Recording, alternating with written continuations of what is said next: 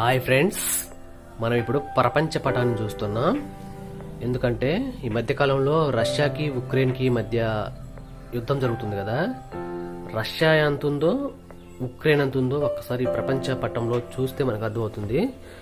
మనమే హ్యాట్సాప్ చేస్తాం ఉక్రెయిన్ని. రష్యా మనందరికి తెలుసు ఎప్పటి నుంచో, కానీ ఉక్రెయిన్ అనేది ఇప్పుడే మాత్రమే తెలుస్తుంది. ఎందుకంటే ఇప్పుడు యుద్ధం చేస్తుంది కాబట్టి తెలుస్తుంది.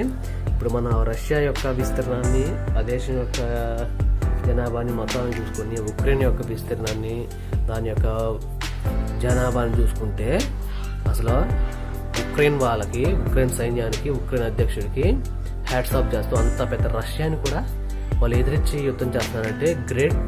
మీరు ఒక్కసారి చూడండి, ఇది రష్యా, ఇక్కడ నుంచి ఇదంతా మొత్తం రష్యానే. ఎంత పెద్దదంటే రష్యా అంత పెద్ద దేశం, కానీ ఉక్రెయిన్ అంత ఉందో చూస్తారు మీరు, ఆశ్చర్యపోతారు. ఇదిగోండి ఉక్రెయిన్, చిన్నది ఇది ఉక్రెయిన్.